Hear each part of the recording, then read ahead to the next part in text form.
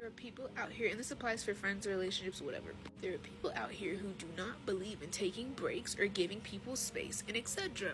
Therefore, when you are friends or in a relationship with someone who has values like that, low values, honestly, and it's because of control issues and a lot of other things psychologically. I'm not gonna get into that in this, but that person will start to make you feel bad when you need a break, when you need to just step back and adjust. Because it's crazy to me how selfish people are when not everybody process things the way that you do, and some people actually do need to take a break and have space to even just like get their thoughts together.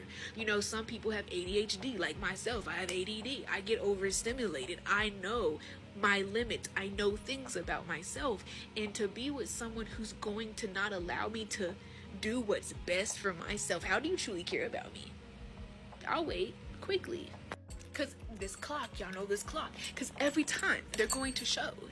There are relationships where people will literally be like, you want to take a break? No. Like, you're leaving me. Like, you don't love me anymore. Like, you don't have feelings for me anymore. Oh my gosh.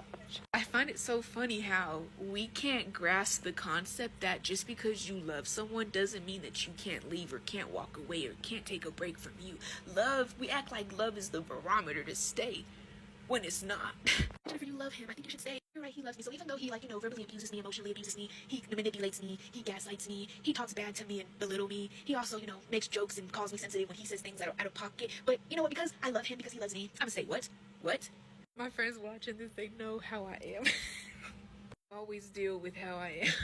Hit it off with this. Just like other videos I've made where I've talked about how, society has literally deemed things that are, worth so much and has so much value and effort put into it. They have dehumanized that. They have desensitized that. Majority of the population to things that have value and so much more meaning and effort into it than what we take it as and what the general collective accepts. An example, an apology has so much meaning into it, even psychologically, like a true apology, not one to get somebody back or to be able to play with people, whatever. But you guys accept fake apologies. That's why I'm just whatever. But there's a genuine apology. You are able to see how your actions have affected somebody else and to take accountability for that. And in order to do that and actually admit that takes vulnerability.